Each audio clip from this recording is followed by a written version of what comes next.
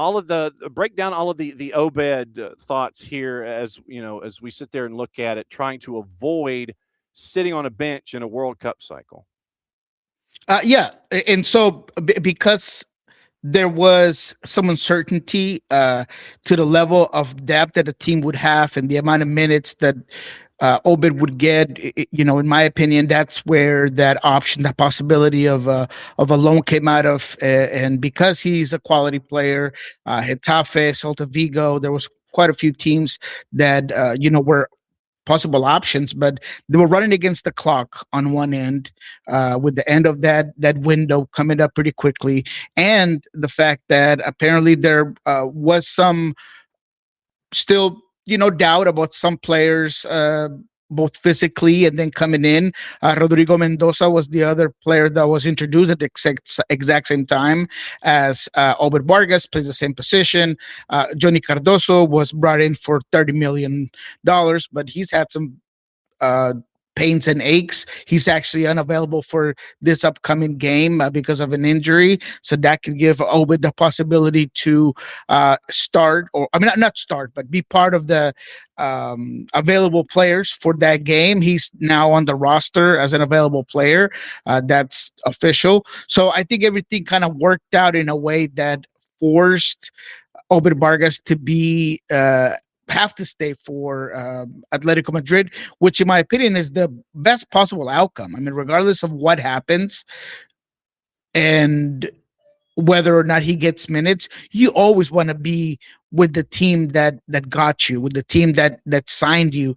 Every time that there's a loan to X, B, or C team, there's that possibility that things don't go your way, or if it does, are the players that are playing for your same positions with the team that signed you, are those players getting better? So now Obed Vargas gets his opportunity to go head to head with the Coques, who's obviously in the last end of his contract, with the Cardosos that are getting injured, with Barrios, who, although he's a written starter for Simeone, he's had some ups and downs. So I think that now Obed gets a real chance at, if he gets an opportunity, making the best out of it as he's done his whole career, and then maybe get more minutes every time. We know Atletico Madrid plays a lot of competitions.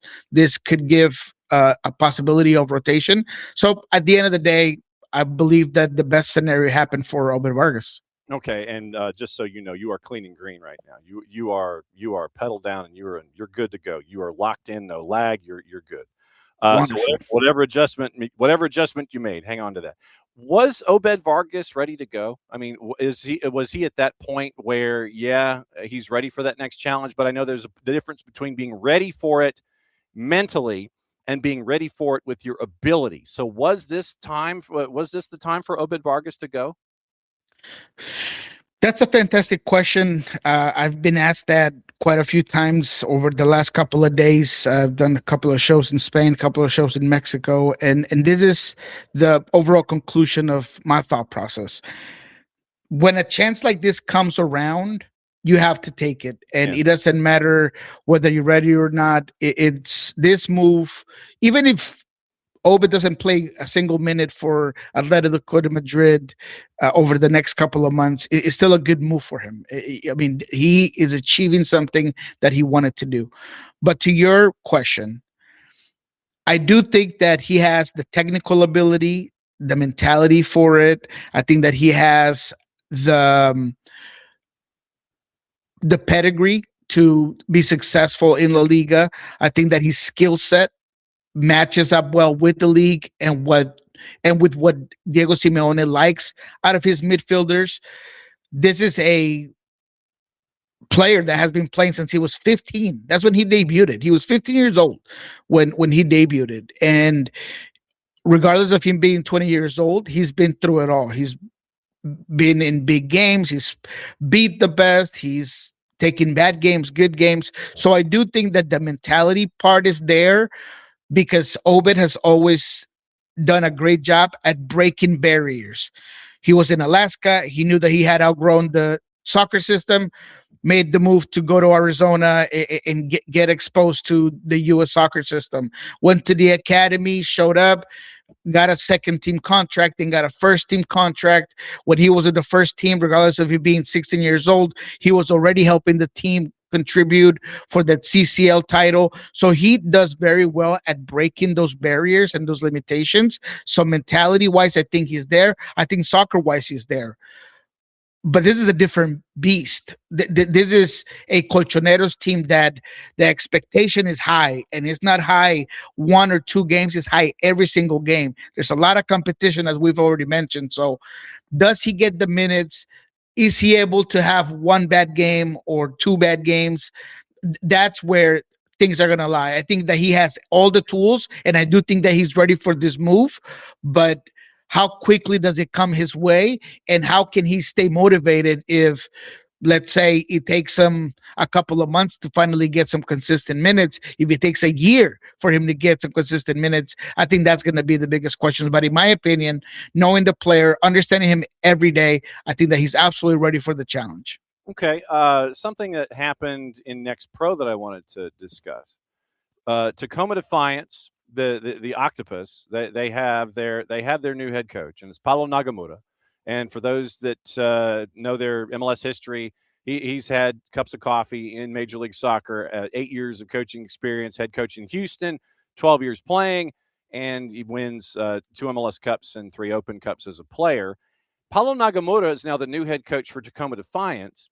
And it was interesting that they hired JP, Joao Paulo, as an assistant coach after his time was up as a player. And so I thought that was interesting that JP slides into the assistant slot with Defiance with Nagamura now as head coach. Yeah, we have been talking about this for at least a month or so. When we found out that was the possibility, I think that is a great hire by the organization, because Nagamura, in certain sense, is overqualified to be the first coach of the Tacoma Defiance. I mean, he was coming from being an assistant in Chicago. I mean, he could have continued to stay on that lane, but I think it talks greatly about the desire for coaches and players and people to work with the Sounders, because they know the level of respect that it demands across the league, because it's great to have that Sounder stamp in your resume. And because if there is a possibility to get on the first team, which, when you look at Brian Smetzer and his coaching staff, there's certainly an opportunity there. I think that's what Nagamura went and looked at. So it works in so many levels. One, you get a coach that has a true trajectory and respect when it comes to developing players, when it comes to working with second teams. He's a coach that, as I mentioned, is overqualified. He's someone that at some point, if any of your assistant coaches go and take other jobs, the way it happened with Andy Rose, now you have someone with that experience that you could bring up to that first team coaching staff.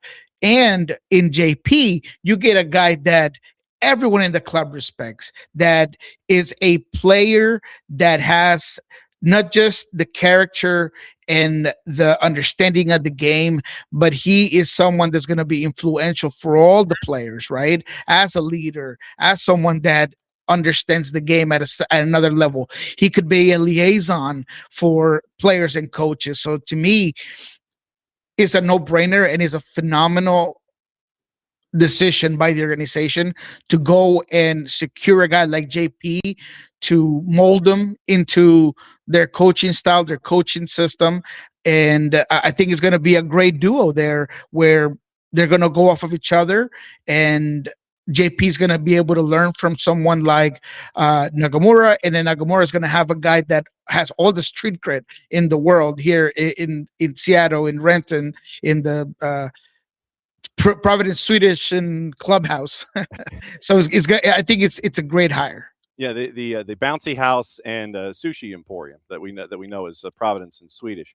It's been a busy week when it comes to transactions and official transactions and things like that. I want to start in the West and I want to work East. You end up with Gilavogi coming as a forward from Ligue 1. He's going to take up a DP slot for RSL. You end up with Sporting Kansas City. David, and I mentioned in hour number one that David Lee had said they're going to bring in 10 to 12 new folks. They bring in 2 defenders, one from Nashville and one from St. Louis City.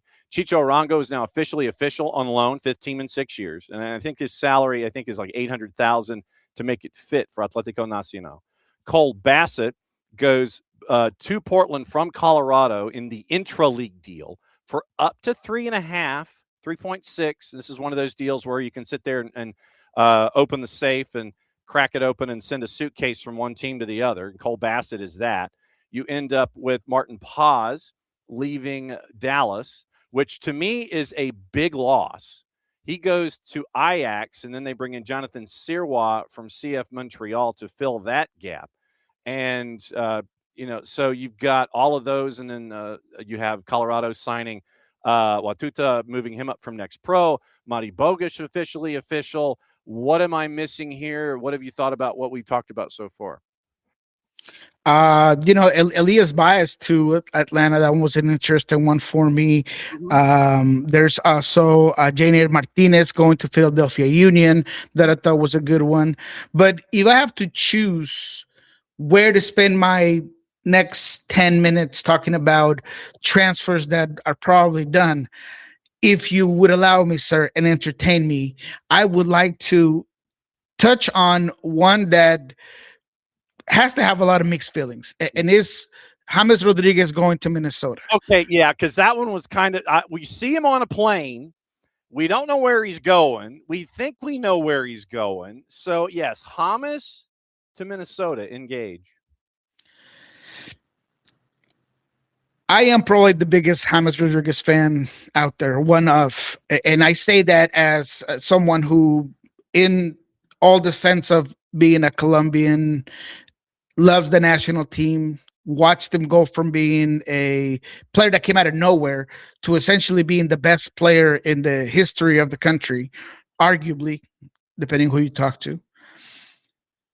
But he's always had a track record, and it's not a good one, when it comes to underperforming at the club level. And from the highest point of his career, even then, when he was performing for Real Madrid and Bayern Munich and Monaco and Porto, even then there was rumors about, ups and downs and things. And he's always been great. He's won in probably more leagues than most, right? At top leagues. But over the last 5 years, specifically, it has been nothing but leaving one club after another, not playing a lot of games, inconsistency after inconsistency. Now, that has nothing to do with the level that he plays in when it comes to being with the national team, because I don't know how he does it, but he turns into a whole other player, and he's a leader, and he's phenomenal, and he's influential, and he does absolutely everything. But at the club level, man, he leaves a lot to be desired. I know that he has the technical ability. I know that he's going to be magical on the ball. I know that he's going to have at least 8 great games in MLS. But for his salary, there was a lot of issues getting him into a team. In Argentina, they didn't want anything to do with him. In MLS, he was shopped around. I mean, Minnesota got him because they are giving him a deal below a DP deal, but they were the highest bidder there. Because out of what you're getting out of James Rodriguez, man, I mean, he has the trajectory. He's a guy that's going to put some butts in seats. He's recognized. He's going to be fun to watch. But if you ask anybody who followed him in León last season, it was the same thing, man. It was a couple of great games, sure. So a couple of phenomenal goals, phenomenal, great for the fans. But he gets old when it doesn't come with success and it doesn't come with consistency. So maybe I'm sounding harsh, but I just don't think that James Rodriguez's play matches up well with the growth of MLS or where it's at right now. I just don't think it's a great signing. I think if I had to give it a grade, it's like a C+, B- maybe. And I only say that because you're getting him at a below DP deal. But even then, I think that there's a lot of question marks that surround James Rodriguez, and specifically for a team like Minnesota that has no stats right now, that honestly, we don't even know how they're going to play next season because Ramsey's gone. So there's just so many question marks that I don't think that James is going to have the impact that people think. But I love it. I do love it in terms of marketing, in terms of it being a cool signing, the fact that hopefully I'll be able to have him come to Lumen Field and get into interview him and all that stuff. Because again, the kid at heart here loves to have James in the league, but as a journalist and as somebody who's going to give you honest opinion, I just don't think he's going to be great in MLS. Okay, so here's the rundown. And Pipe Sierra and Tom Bogert are both saying that it would not be a DP deal, just basically handful of months, like a 6-month deal, gets him through the World Cup, et cetera. And then my guess is they would probably revisit after June 30 or July 30, depending on fiscal year. So he goes to Bayern Munich on loan from 2017 to 2019 toward the tail end of his time at Real Madrid. 43 apps, 14 goals. Everton, 23 apps, 6 goals. Al Rayyan, 13 apps, 4 goals. Olympiacos, 20 apps, 5 goals. Sao Paulo, 18 apps, 2 goals. Rayo Vallecano, 6 apps, nothing. Leon, 31 apps, and 5 goals. So after Bayern Munich, it is 56, 24, 80. So 111 appearances since 2020, since his time started at Everton. And he has the sum total of 22 goals. Since 2020 and his time started at Everton. Everton, Al Rayyan, Olympiacos, Sao Paulo, Rayo Vallecano, Leon. 22 goals in 111 games since his time started. His last 6 appearances on the club level. 111 games, 22 goals. Yeah, and if I'm not mistaken, he hasn't played in a club game since September. He obviously played with the national team, which is completely different, as I've already mentioned. But if you even add to that, and you know, I don't have the numbers in front of me, but the amount of games that he's played on a soccer calendar year averages out to about 2.5 games a month that he's played over the last like 4 or 5 years, if you round it up to a soccer calendar year. So there is magic that comes with James Rodriguez, but there's inconsistency. And anybody, I could be wrong, and he could come in here and just be lights out and, you know, have 10 goals, 18 assists, something of that nature, because obviously he's a creative player. He's a creative midfielder. He's going to be distributing. He's going to be more about goal contributions than goals per se. But the likelihood is very low. I mean, if you were to put that in a bet, I mean, you're getting 35-1 odds that he's going to come in here and just light it up, because the track record tells you otherwise. And James Rodriguez in general tells you otherwise. At his age, where he's at, the type of soccer he plays, sometimes he can't even get 90 minutes with the national team, where that's where he does the most, right? There's always that we need to figure out who's going to come in and replace James Rodriguez at the 70th minute, at the 80th minute. So is that where you want to put a lot of your money in a salary cap based league? Not necessarily. But again, I don't want to crap on the move either. I mean, there's a lot of cool things about it. I'm not going to deny it. But when it comes to being a move that's going to put your team at a different level, and that you're going to come in a guy that's a high producer, you're just not getting that at this point in James's career. You're just not. And that like I said, nothing is official. You take airport, you take the PJ photos from Instagram, the private jet photos. You sit there and you take them for what they are, and it is a tease. But where is he going? Where in the world is James Rodriguez? You know, he is going to turn into MLS's Carmen Sandiego by the time this is done. I wonder, with how things are, you know, with Minnesota trying to, you know, try to figure out who they're going to be now that Eric Ramsey is gone. I wonder what it's going to look like with them now, with Cam Knowles as their head coach, and how different they're going to be. That to me is what I'm intrigued with this. And you have, obviously, you're looking at the forward position, and you know, Will Trapp engages. You've got Bungo Longwani at forward. You got Pereira in the midfield. You've got Stroud who's come in. Kenyon Michel has come in. Mauricio Gonzalez has come in.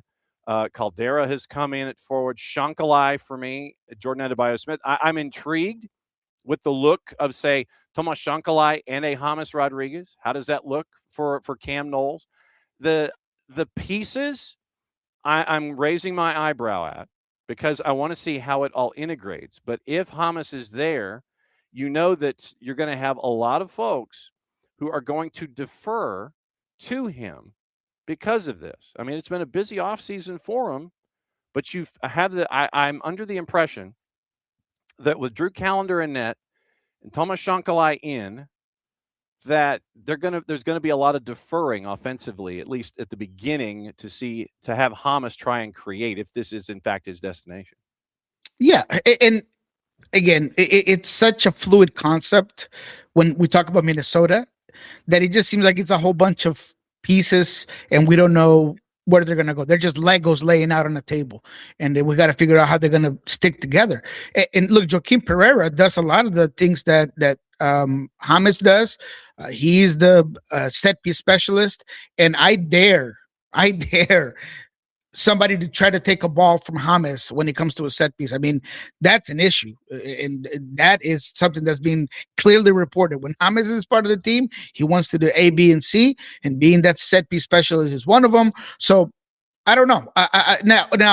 There is that other side of the coin where Minnesota has had this sort of players in the past, like Bebelo Reynoso, right? They like those wonderful lefties that, might have some trouble behind them, but they could be great. But that was a different Minnesota. So that's kind of the crazy part, because I guarantee you that this ain't going to be a high pressing team if James is involved, or you better, have somebody else do the job for James and have a DH presser when it comes to James Rodriguez, because he ain't going to do it.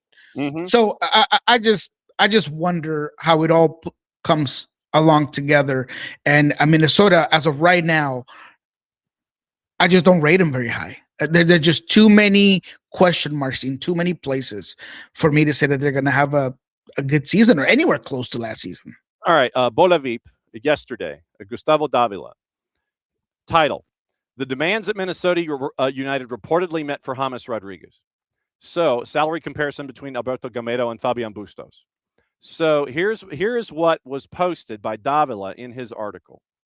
Agreed to lower his financial demands to less than the $6 million a year he earned in Leon. Well, prorated, I mean, you're probably looking at, 3 or something like that. So, presumably after rejecting a lower salary, the club compensated him with amenities such as a private security team, a luxury mansion, and personal care. Once again, this is Bola VIP and Davila. In fact, some media outlets have even reported unconfirmed information. James has accepted the team offer, but only for 6 months. Had gone almost 3 months without playing an official match since leaving Leon. However, the obligation to have competitive rhythm to go into the World Cup made him rush his signing demands. According to Marca, and once again, in media outlets in Mexico, so take it for what it's worth, reported he requested these things to play for a team during the 26 season. Private security, team with bodyguard groups available 24/7. Armored car with a driver for all transfers. Luxury mansion, private gym, personal training court. His own personal trainer. Personal chef specializing in Colombian and European diets. Traveling on private flights for long journeys, private space within club facilities for his own relaxation. So that's, like I said, this is Bola VIP and Davila assembling stuff that was found in Mexico and Marca and things like that. So that kind of stuff alleged that was on the table for James to get into playing rhythm in Minnesota for this season. He comes with a lot. He is a player that, in my opinion, is still looking to be the face of a team, and that's why you have some of this turnover after turnover after turnover, because his biggest stage is always going to be the Colombian national team. His priority is always going to be the Colombian national team. So at the club level, he wants to have all of these things, but is it worth it for a team? That's the biggest problem, right? And he's going to continue to have these expectations as a player, as I am James Rodriguez.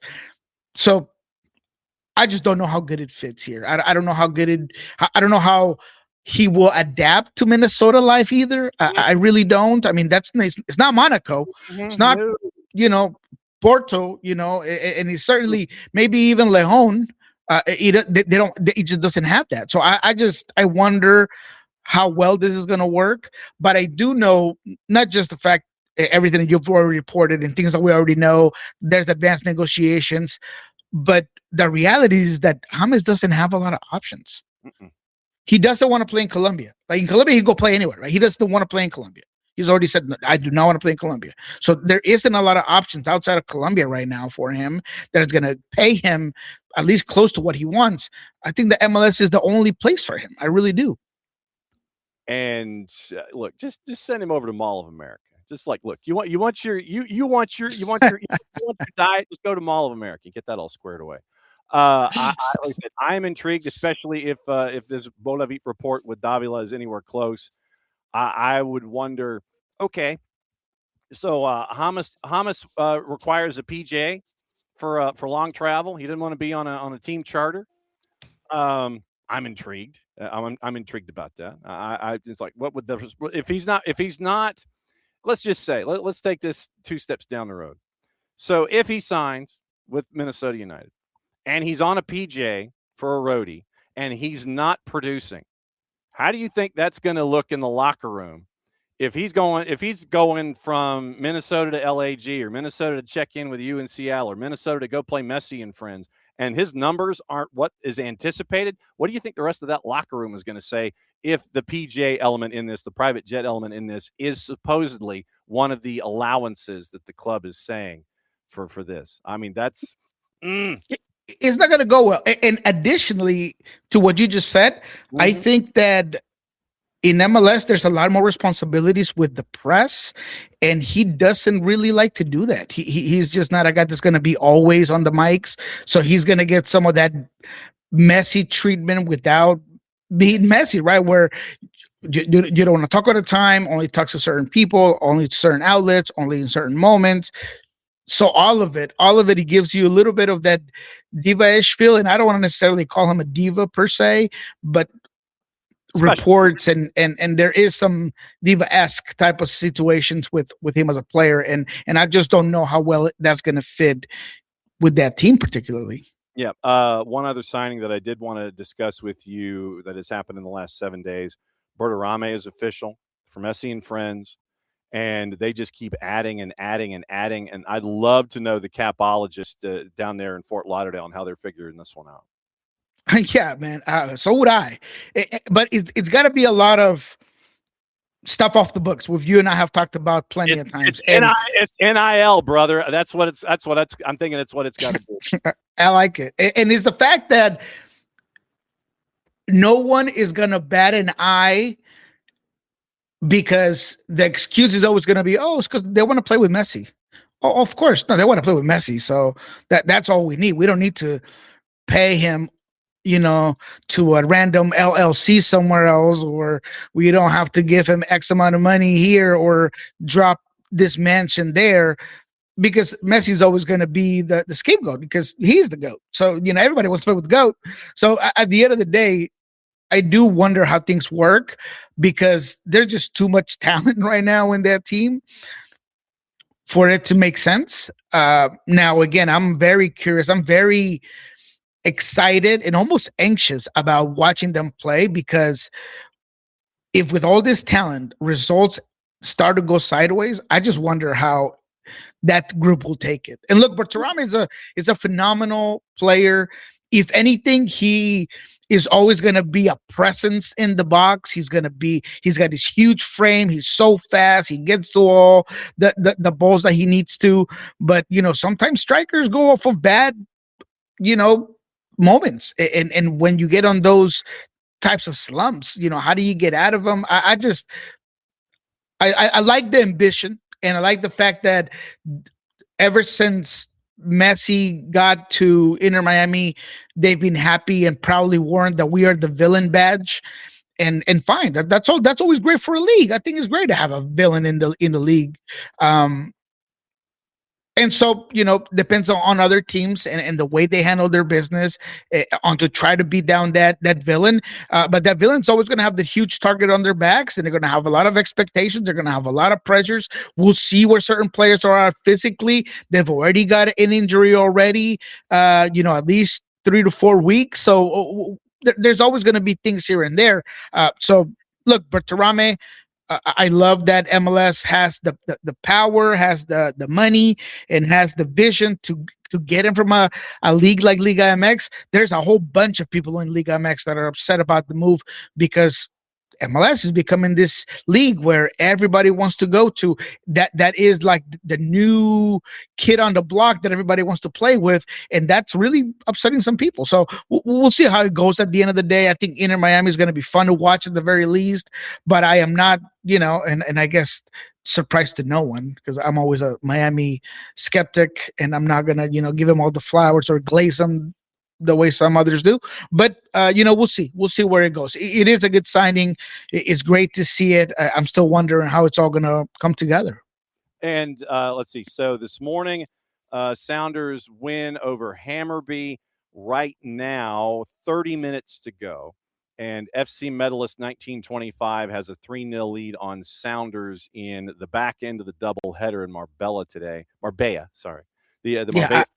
The Marbella Football Center. So, yes, you have to be correct. Yeah, I stopped watching because I have a commitment to SDH, and I was like, you know what? I can go watch it again later. But look, this is obviously the second group. The first game was what I think is going to be your starting 11. If you look at that group, that's likely going to be your starting 11. I thought that was a good game. Jesus Ferreira continues to be a player that I just gravitate to. This morning, he was just helping with the chance creation. He was putting so many through balls. He gets a goal, a really good goal. I think Osasa de Rosario has been impressive. He started today at the 9 with Jordan playing the left winger.